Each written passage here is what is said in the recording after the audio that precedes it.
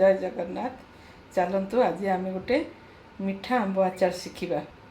आउ से आचारटा अल्प मसलार आ गुड़े तैयारी हम। तो से कौन दरकार आपड़ देखु। एठी मु नहीं 50 ग्राम धनिया आठू कम 25 ग्राम जीरा आउ 10 रु 15 ग्राम पान मधुरी आउ 8-10 टी सुखिला लंका आ गोटे बड़ अड़ईच। यहाँ गोटे बड़ अड़ईच या आम बर्तमान टिके भाजी देबा सुखिला ता मॉइस्चरटा काढ़ा। भाजी सारिकी ठंडा हो गले आपको आम गुंड करवा एवं आंब आचार केमिति करवा आउ से प्रोसेस भी मु आपको देखैबी।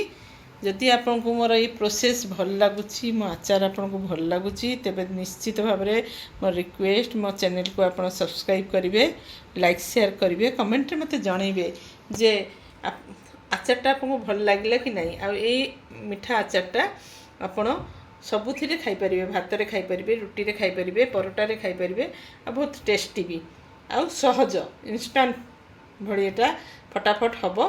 तेणु एटा को आप निश्चित मु आशा करे आप निश्चय थे ट्राए नेबे एवं करेंगे। कलापर मत कमेंट जनइबे केमती है भल लगे जदि मत निश्चय कमेंट रे जनइबे।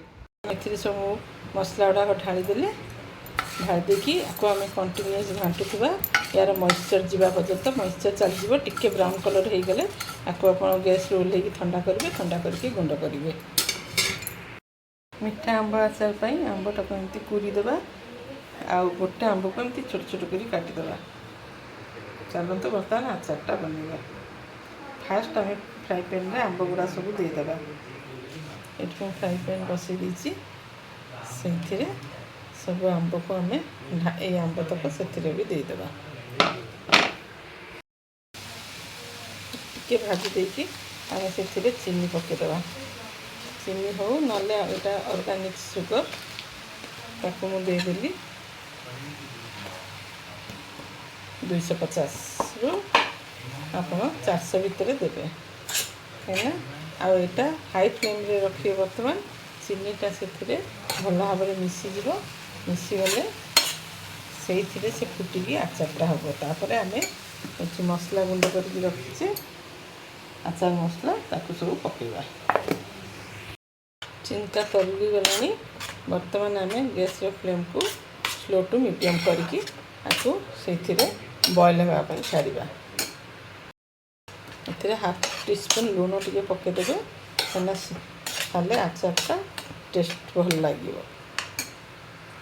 एमतीका पूरा से हो गला चीनी पूरा गलिकी पूरा जेलीटा एमती भलिया भलिया हो आसो।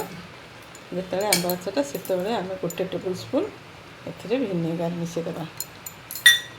देखिए आपको पुणी आम आ कि समय भल भाव में एटी रांधिबा। आचारटा बहुत बढ़िया लगे रुटी परोटा सागर खावाई पिठा सागर बहुत बढ़िया लगे।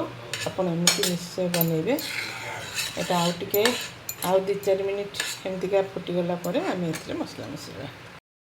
आम से भजा मसला जो भाजी थिले मसला गुंडटा मिसेबा।